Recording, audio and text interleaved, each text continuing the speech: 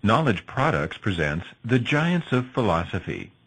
David Hume, narrated by Charlton Heston. Part 5. David Hume's philosophy of religion was complicated by his personal life and beliefs. As the saying goes, some of Hume's best friends were clergymen, but he disliked them in general, and the feeling was mutual. Hume strongly criticized the organized religion of his time, saying it had pernicious intellectual and moral consequences. He clearly didn't believe in the traditional personified view of God, and he relentlessly attacked the pretentious intellectual foundations of religion. Still, when all was said and done, Hume went to church every Sunday. He spent much of his public life embroiled in controversies with the clergy.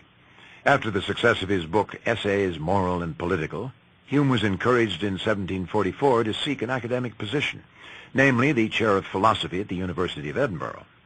There was a long factional struggle over the appointment, involving both political and religious considerations. The final decision went against Hume. The chair was eventually given to William Cleghorn, a man who had not written anything until then and who died 9 years later without having published a single work. Part of the case against Hume was the charge that he was an atheist as well as a skeptic. During the controversy, the chair was offered to Hume's friend and mentor, Francis Hutcheson, but Hutcheson turned it down.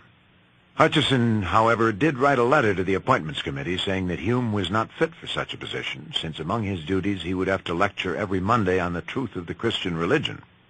To rebut the charges of atheism and skepticism, Hume wrote a work entitled A Letter from a Gentleman to His Friend in Edinburgh. It was to no avail. In 1755 and again in 1756, Hume's opponents in the General Assembly of the Church of Scotland tried to have him excommunicated, along with Hume's relative, Lord Kames, a church elder. The attempt failed, but clergymen continued to write pamphlets attacking Hume. Even after Hume's funeral in 1776, 20 years later, a guard was placed over his grave out of fear it would be desecrated. In the light of these details, it's not surprising that Hume arranged for his most famous work on religion, the Dialogues Concerning Natural Religion, to be published posthumously. It's also interesting to note that the work is just what it says it is, a series of dialogues among Philo, an admitted skeptic, Cleanthes, who defends religion in a rational way, and Demea, who defends religion in an orthodox fashion. Scholars to this day still argue about which of these characters is supposed to be Hume himself. When we examine Hume's religious writings carefully, we discover a number of important and consistent positions. First, Hume nowhere denies the existence of God. On the contrary, there are several contexts in which Hume reaffirms the existence of God. There is no truth so obvious, so certain as the being of a God. But the God whom Hume accepts is not the traditional Judeo-Christian God. Hume's God is a kind of principle, a principle of order or intelligibility. Hume persistently maintains that there must be some principle of order in the universe, and that it must bear some remote resemblance to the human mind. The whole frame of nature bespeaks an intelligent author, and no rational inquirer can, after serious reflection, suspend his belief a moment with regard to the primary principles of genuine theism and religion. It should also be clear from Hume's words that he accepts what's called the argument from design. This is an argument that there must be some cause or explanation for the universe or for the order within it. Even science assumes that there's some kind of underlying principle or order in the universe. We can hardly look for laws of nature unless we assume that there are such laws or principles. But Hume rejects the claim that we can discover the characteristics of this underlying cause simply by examining its effect, namely the universe itself. Other thinkers, including clergymen, had examined the order in the universe in an attempt to infer things about the designer of that order. Put in technical terms, from a knowledge of the effect, some have tried to draw conclusions about the cause. But Hume refutes this. He says that before we can draw an inference from the effect alone, we must have seen both causes and effects in past experiences. So, for example, we may know from past experience that fire causes smoke. When we next see smoke alone, we can legitimately infer that there is a fire somewhere, though we can't see it. Past experience authorizes these kinds of inferences. But when we look at the universe as a whole, all we ever see is the effect. No one has experienced the creation of the universe. It appears to have been a unique event. Unique events don't permit inferences in the way that customary events do. To say that there might be a cause is a perfectly legitimate, even a natural speculation, but we can't use causal reasoning to say what the cause is like. Many people have tried to draw analogies between parts of the universe and the cause, or creator, or sustainer of the universe. But these have been incomplete and unconvincing to many other people, like Hume. Some have argued and continue to argue that the universe seems orderly and predictable, so God must be benevolently trying to help us cope with the world of nature. Others, of course, have gone further, arguing that the deity wants to be worshipped in a specific way. Hume disputes these claims by saying that the analogies are weak. In the dialogues, Hume imagines someone in a pessimistic mood who argues that the universe is caused by a monster. This monster tortures us by continually raising our hopes and then disappointing us.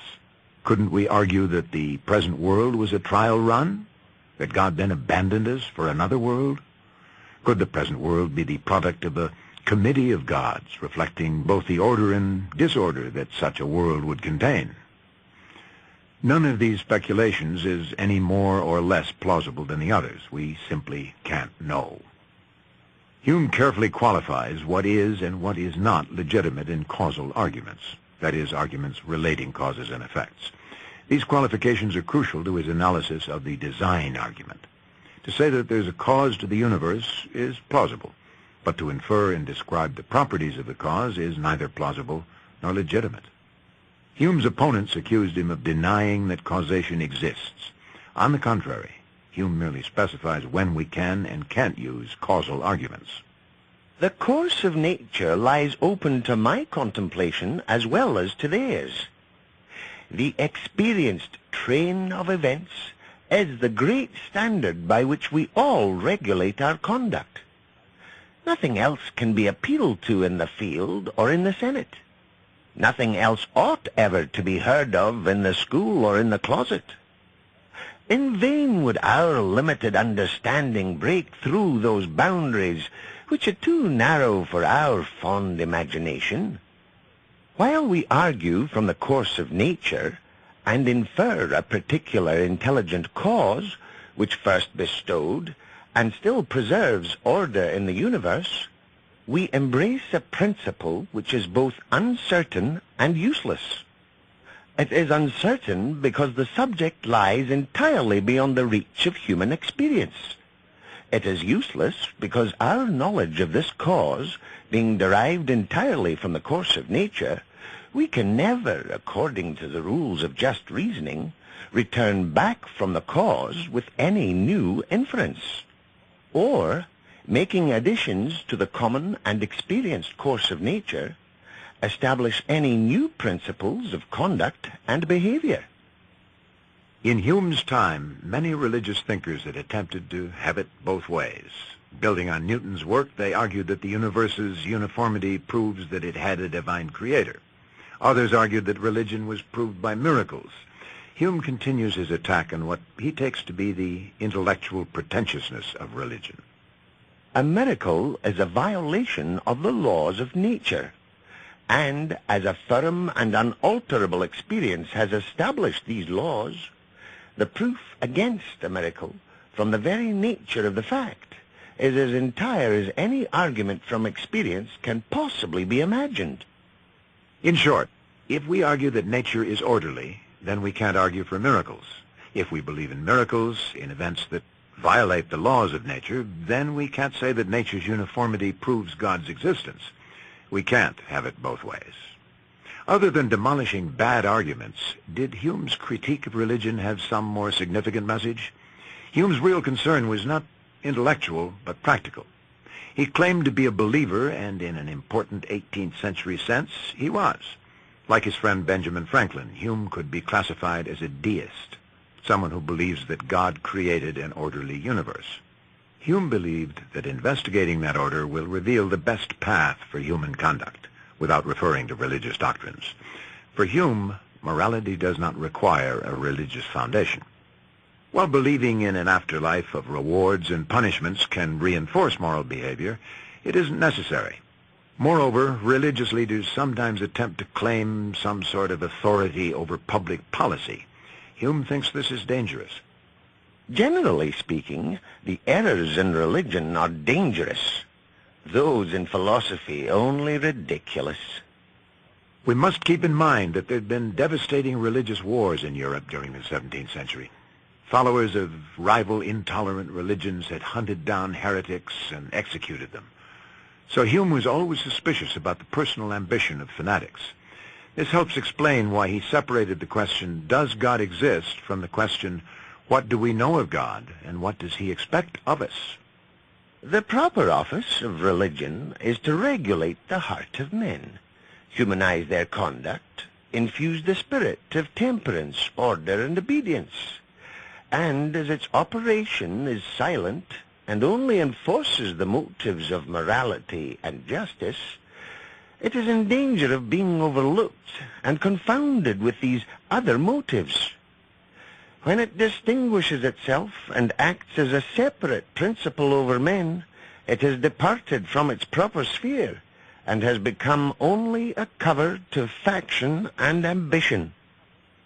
Hume's critique of religion can help us better understand his concept of morality.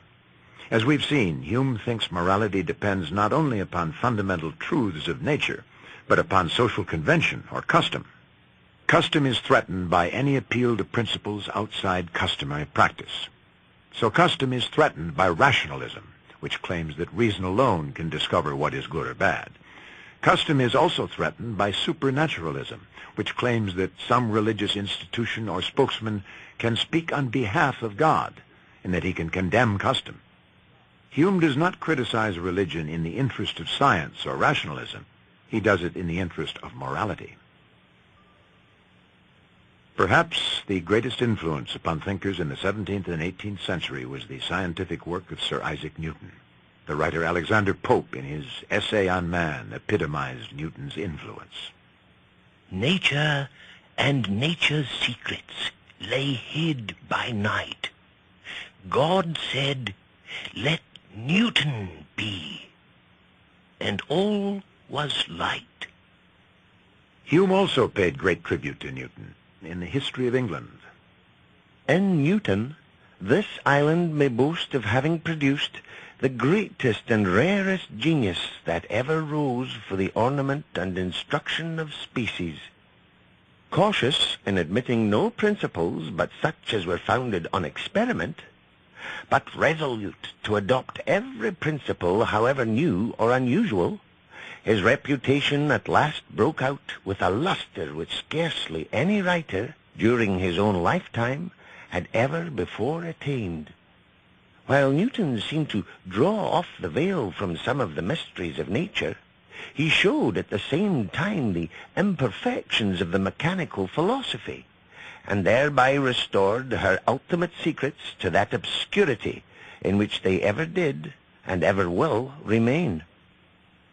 Newton influenced Hume in many ways, but perhaps the most important was in getting Hume to rethink the concept of causation.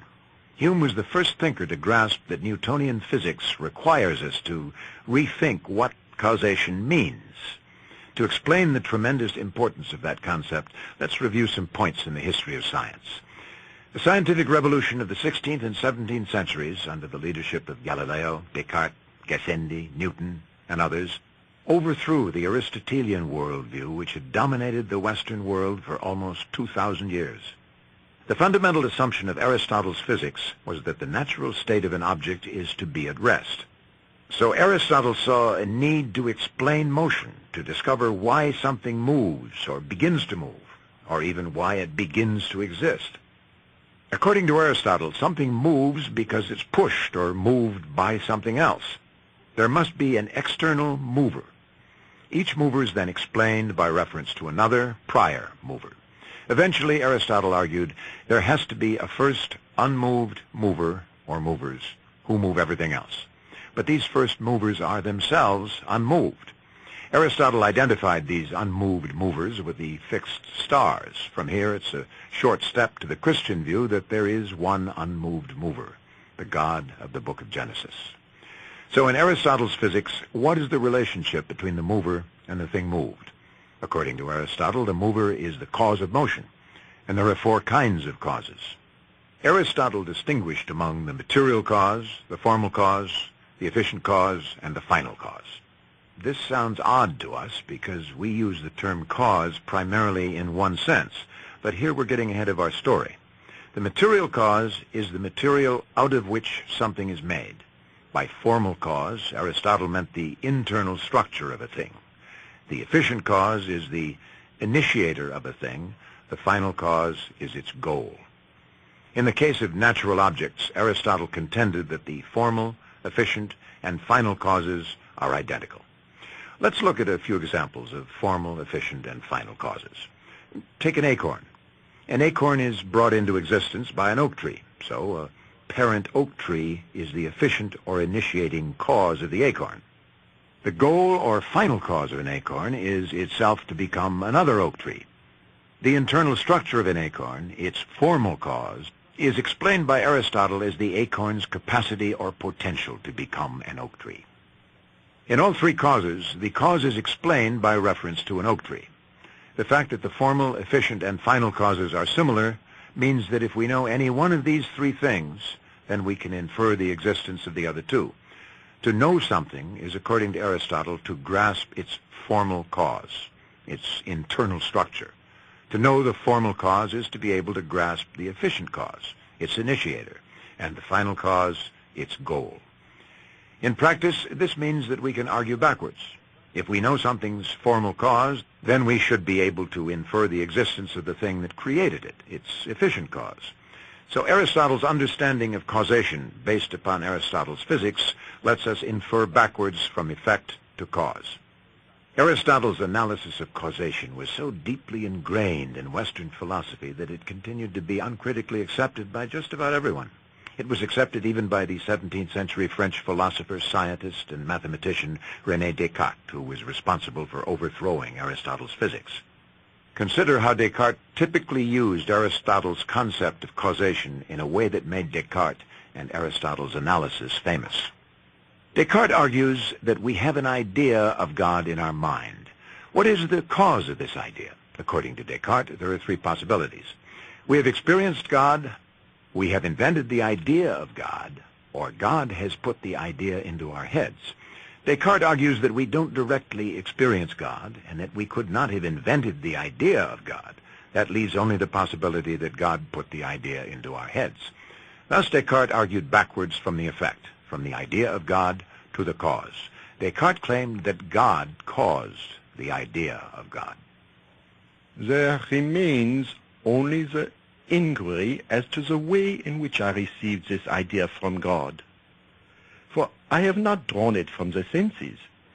It is not even a pure production or fiction of my mind, and consequently there but remains the alternative that it is innate. And in truth, it is not to be wondered at that God at my creation implanted this idea in me, that it might serve, as it were, for the mark of the workman impressed on his work. Descartes' argument is rather more complex than we've indicated, but for our purpose it's only important to see that Descartes thinks it's legitimate to argue backwards from the formal cause to the efficient cause, from the internal structure to the initiator. In his view, once we grasp the formal cause and truly understand the idea of God, then we can only conclude that God causes that idea. Some may wonder how Descartes disposed of the second possibility, namely that mankind invented the idea of God. Again, following Aristotle, Descartes argued that since we are imperfect, we cannot cause or create the idea of something perfect, or even the idea of perfection. God, being perfect by definition, could not have caused or invented the idea of God. Why then can we not invent the idea of something perfect? Because, says Descartes, everyone admits that we are imperfect. Why can't an imperfect being like you or I create or imagine a perfect thing on its own? Because, claims Descartes, the characteristics of the effect are all derived from the cause, in the way that an acorn can only come from an oak tree. Hence, imperfect beings can't, on their own, even create the idea of something perfect. We can't convey the idea of perfection because we lack it ourselves. It is manifest that there must at least be as much reality in the efficient and total cause as in its effect. For whence can the effect draw its reality, if not from its cause? And how could the cause communicate to it this reality unless it possessed it in itself?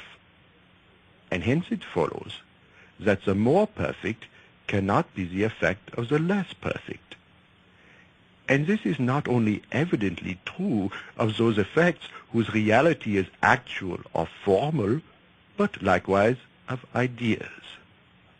The upshot of all this is that backward inferences from effect to cause, even to unexperienced causes, are perfectly plausible if you accept Aristotle's analysis of causation. But what makes the Aristotelian analysis of causation correct? The only answer seems to be that it logically follows from the way Aristotle analyzes motion in his physics. This is the end of Part 5. Please download Part 6 to continue.